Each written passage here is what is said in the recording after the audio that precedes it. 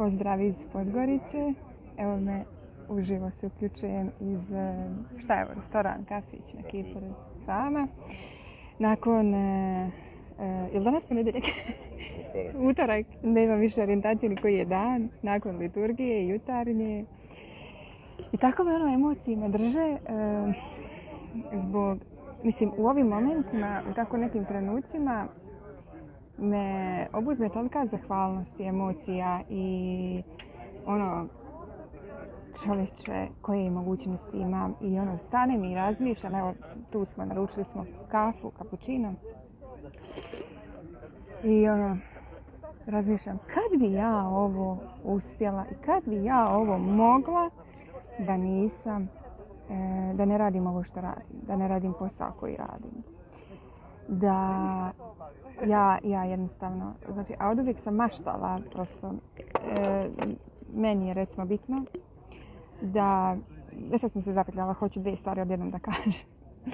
Od uvijek sam maštala o tome i razmišljala sam kako to ljudi rade neki posao i nešto putuju i mogu svagdje da stignu i čak mijenjaju mjesta stanovanja. I uvijek mi to bilo zanimljivo i zanimljivo i fascinantno i maštala sam o tome kako bi to bilo, kako bi to mogla ja. I tako, to je godinama moje razmišljanje bilo, maštanje, ali nisam imala pojma, znači da to može da se ostvari, da to može da se desi. I eto me sad tu gdje jesam, mislim morala sam da padnem, da se razbijem, da prosto bukvalno iz onog pada kad ste na dnu i onda morate da smislite i da tražite neki izlaz i tako se desi da eto ja sam našla da radim posao online, da radim bukvalno preko telefona, laptopa, nebitno je, i da radim od kuće, sa onog mjesta gdje se nalazi. I sad, trenutno znači sam u Podgorici i stalno produžujem, trebala sam da se vratim već kući, ali ja još malo i eto tako. Tu smo Rajko i ja i znači došli smo na kafu i kasnije ćemo do Budve, ja? Malo ćemo dole da radimo i da obiđemo tako neka mjesta i tako me neka emocija, Bože, znači kad bi ja ovo uspjela. I zašto to se pričam? Zato što znam i pričam s mnogo ljudi, slušam ljude koji, evo i ovdje u Crnoj Gori upoznala sam mnogo divnih ljudi i gledam ljude oko mene koji su u frci, koji žure, koji ne mogu ništa da stignu, koji su, ne znaju gdje im je glava. Pogotovo kad ste u većim gradovima pa vam treba pola sata s jednog kraja na drugi samo da stignete ili od posla do posla, od posla do kuće ili i obrnuto, a da ne pričam da radite neke, da kažem, aktivnosti slobodno neko vrijeme. Baš mi bude žao. Srela sam prije neki dan, upoznala sam jednu doktoricu, ajde neću imenovat, nadam se ako bude gledala ovaj live da će se prepoznat o kome je riječ, i slušam ženu koja je ovdje u Podgorici i priča kako prosto ne može, majka je, znači i priča kako je teško bude kad se ostavi dijete kući, koliko joj to fali taj kontakt da bude sa svojim djetetom, a mora da radi, prosto i čitav život tako. I ja gledam, Bože, dragi, koliko bi ovoj ženi značilo da radi ovaj posao. I sa mnogo ljudi pričam i svi znaju šta ja radim, mislim, ili saznaju ili znaju, ali nekako im to nedokučivo. A ja sam tu da objasnim i da pokažem i da širim ovu priču, da širim ovu misiju. I kad bi mogla da to na što više ljudi prenesem i da što više ljudi uvedem u ovu priču, to bi bilo nevjerovatno. A ljudi moji, za ono vrijeme koje ste sad u frci, u gužvi, u trci, ne znate gdje vam je glava. Evo ja sam bila jedna od tih isto. Jednostavno neki period prosto je potrebno ako želite da promijenite posao, ako bi htjeli da radite od kuće, da radite online. Jednostavno jedno vrijeme je potrebno da se malo žrtvujete i da krenete da radite ovaj posao istovremeno istovremeno dok radite sadašnji posao, ako želite da ga promijenite, da se samo, da kažem, preorijentišete da radite od kuće. U tom slučaju ljudi kreću da rade znači, u isto vrijeme, znači se aktiviraju, krenu da rade online i kad im se zarada ustabili, kad malo mi leti koncentracija, ovamo svašta vidim u restoranu. Kad ljudi kad se ustabile sa ovom dodatnom zaradom online, onda napuštaju stari posao.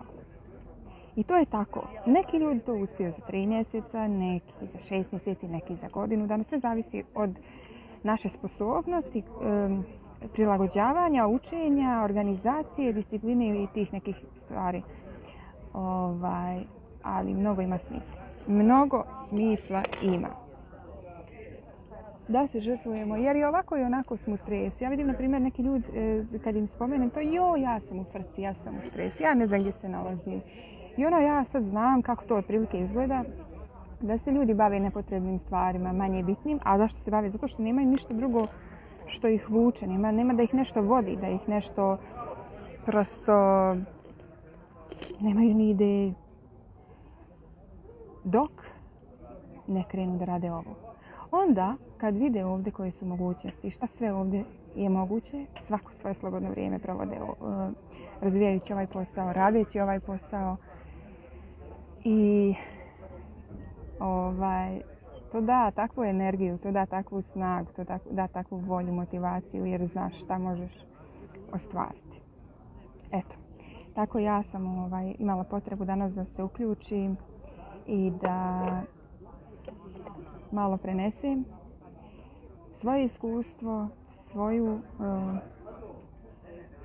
emociju, evo sve ovo što vam ispričam. Znači sve što, ne znam, vidimo da neki ljudi uspiju, da neki ljudi su napravili neku promjenu, da su napravili neki preokret u životu, na dobro naravno, na pozitivno.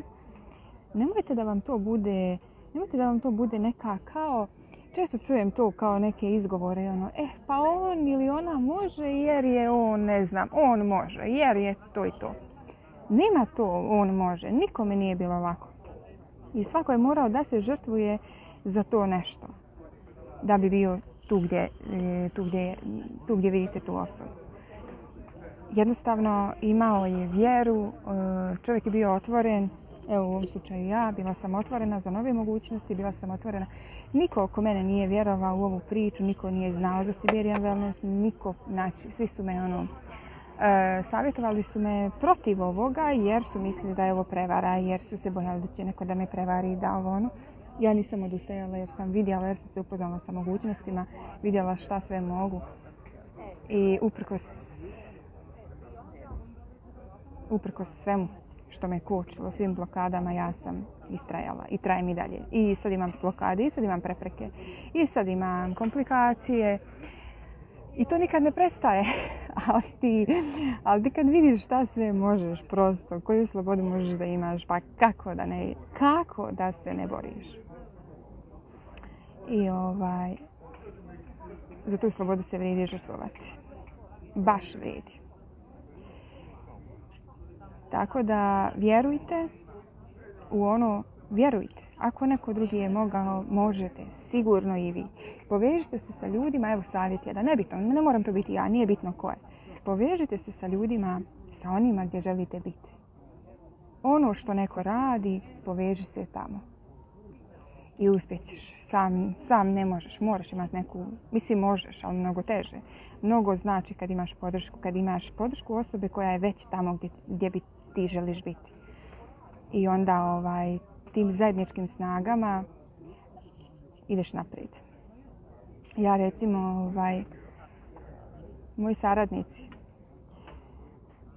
moji saradnici kad krenu da rade, uvijek nekako idem korak ispred. Znam šta je važno na početku, znam znam šta je potrebno, znam s čim se čovjek bori od samog starta, samog početka, šta mu je u mislima, šta mu je u glavi, znači kakve blokade ima, jer nema šanse da čovjek, bilo ko da krene da radi, da nema neke prepreke, da nema neke blokade, da nema neke izgovore, nema šanse.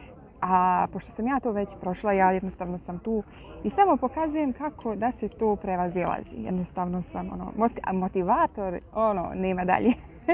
Ali nalazim i rješenja i kako da to sve prevaziđemo i da ono što ljudi misle da je nenormalno i nemoguće i da je smiješno, nije smiješno.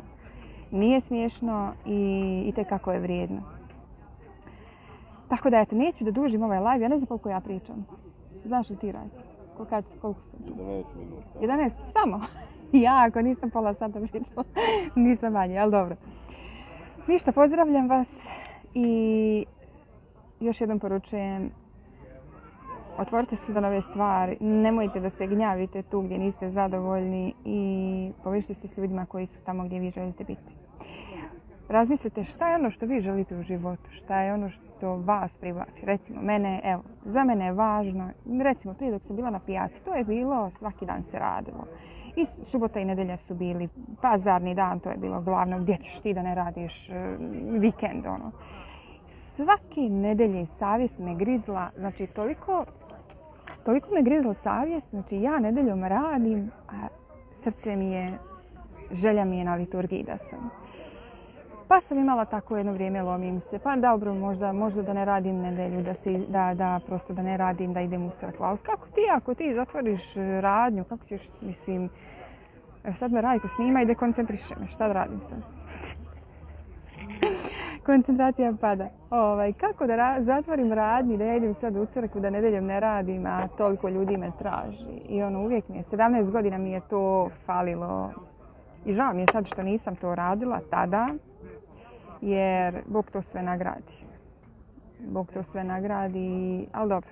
Ali evo, dobila sam šansu da sad radeći ovaj posao prosto bukvalno mogu svaki dan da idem na liturgiju. Meni to fali, meni je to važno. Ja ne mogu da vam opišem koliko mi daje snagu, hrani me, svakome, naravno, liturgija je bitna. I ostajem bez riječi, eto. Imam te mogućnosti, vi vidite šta je vama bitno, možda vama, ne znam, nešto drugo, neka putovanja, nešto. Šta god da je to, vrijedi se boriti. Slobodan ima cijenu. Eto, pozdravljam vas. Nije isključeno da se neću javiti iz Budve ili ne znam nijak gdje će nas put danas navesti. Tako da eto, malo motivacije, nadam se da će nekog inspirisati, motivisati i ljudi, nemojte stajati u mjestu. Otvorite se za nove stvari i vjerujte.